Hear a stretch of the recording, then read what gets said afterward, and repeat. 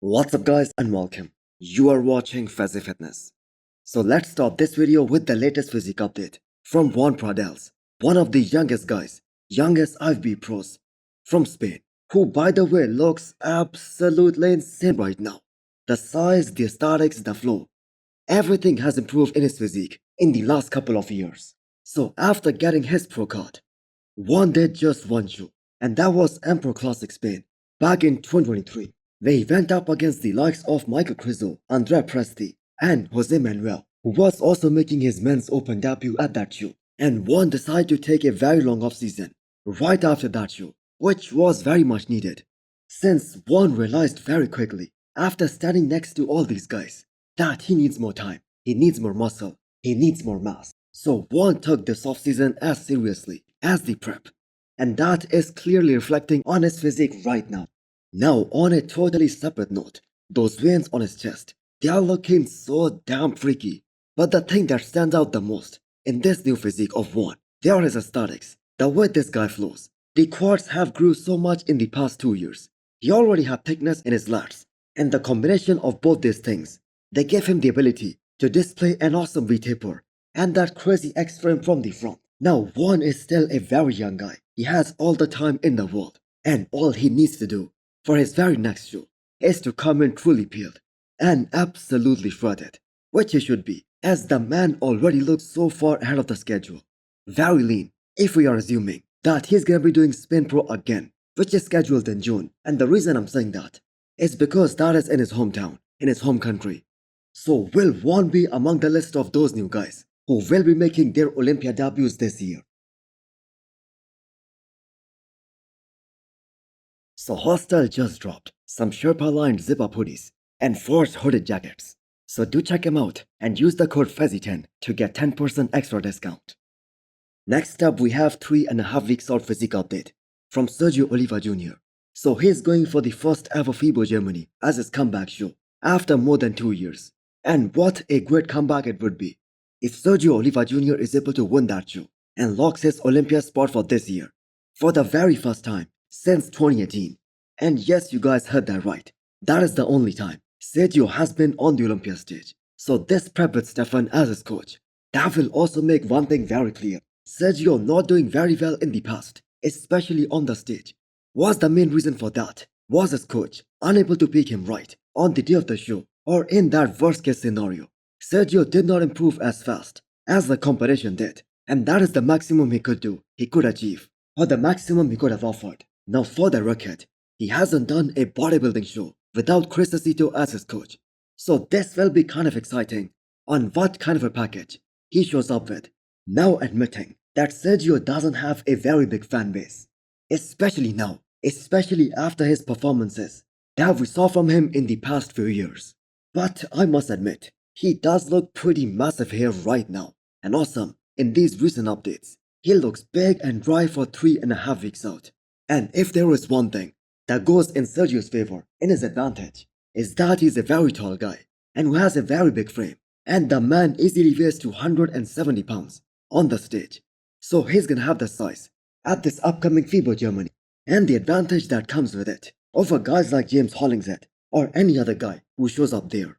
But just because this is the first prep of Stefan and Sergio together, so just like we saw with James Hollingshead and how that prep did not go as planned with Stefan for this past Arnold. Although James was looking extremely impressive throughout the prep, the same can happen with Sergio as well on their first time together. But still, fingers crossed.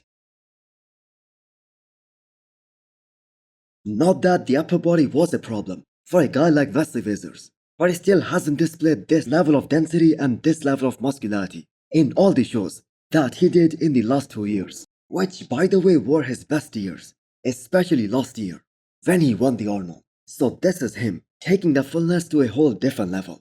Now we do not know how that's gonna impact his overall look at this upcoming Detroit Pro. In my opinion, this might make him look even more imbalanced than ever before, even more disproportionate top to bottom, because there is just no scenario in which Wesley should step on the stage with a more muscular looking upper body, because that is gonna be just disastrous.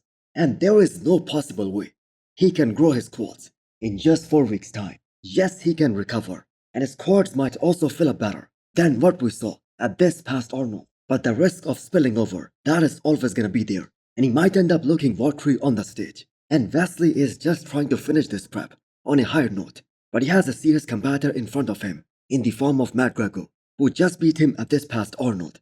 And if we just stop and think about this, if it wasn't for Logan Franklin bringing his all-time best to this past Arnold, McGregor, he would have been second, which is kind of wild if you think about it. So with classic physique competition getting better and better and improving with every passing year, Wesley Vissers has a serious challenge to somehow make his stubborn body part grow with a weight cap hanging over his head.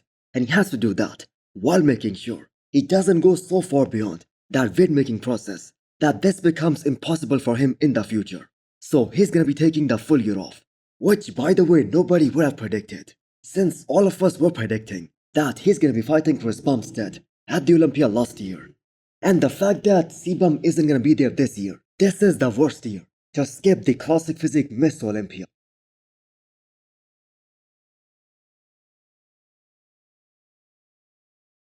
Next up, we have an update from Regan Grimes, who is looking to make a very great comeback at this year's New York Pro. So he said he's gonna beat the mutant Nick Walker at the New York Pro, and that is definitely gonna be a great comeback if that in fact happens at the New York Pro. In fact, what Regan said, that if he's able to hold on to that size, especially on his legs, if his chest looks more fuller on the stage, there is just nobody he cannot beat, especially in the future. But at this point, these are all just big claims, and he has to make his physique do all the talking, which is gonna be in 10 weeks' time. Yes, I know you have to believe in yourself, but you also have to be a bit realistic. And calling out the mutant, that probably wasn't the right move. But hey, Martin did that too. So Regan pushed to his heaviest ever body weight in this past offseason, but we do not know how much of that is gonna stick once he gets closer to that contest-ready shape. So looking at his last run, which was back in 2023, we all saw the show where he beat Nathan Diasha, which was a controversial call. He wasn't in a great condition at that show, but the man was big as a house. And finally, when he got truly shredded for the Olympia that year, he lost a lot of size, and that physique was still good enough to land him in the 9th place. But we have to keep in mind, guys like Nick Walker, Rafael Brandao, William Bonac, and a few others, they were all absent at the Olympia that year.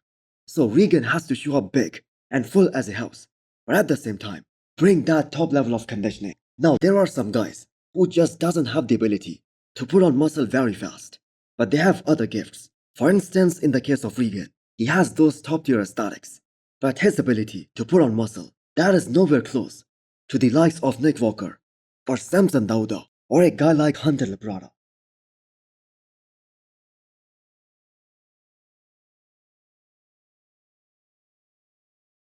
Next up is the physique update from Blessing Awodibu. So the man is hitting that quad stomp here. Must be extremely confident on how things are looking, as he's applying more pressure in this phase of the prep, as he's also now 8 weeks out of his comeback show. So Blessing trying to turn his biggest weakness into a strength here, and he could not have done anything more during this past offseason to get one step closer to that goal. Not everybody is like Samson Dauda. For most people, even 300 pounds, that comes with lots and lots of struggle, a lot of force feeding, and Blessing went as high as 325 pounds at the peak of this offseason, and that just wasn't a pretty look for him. And now the man is moving and grooving. I think Blessing has changed his original decision of doing the Pittsburgh Pro and the New York Pro, and there is nothing wrong with that. Maybe he feels he won't be ready in time, and even if he's ready, there is nothing wrong with being realistic about the expectations, as Blessing has taken the last 18 months off just for one goal: improve his overall physique up to a point that he can qualify for that Miss Olympia again, especially improve his legs, and more specifically in terms of the size. And we all know he just isn't at the level of guys like Nick Walker and Martin. So Cali Pro or the Legion Sports, they can be a very good choice for Blessing Awodibu and his comeback. So hit the thumbs up button if you liked the video, and smash the subscribe button if you wanna come back for more. Thanks for watching.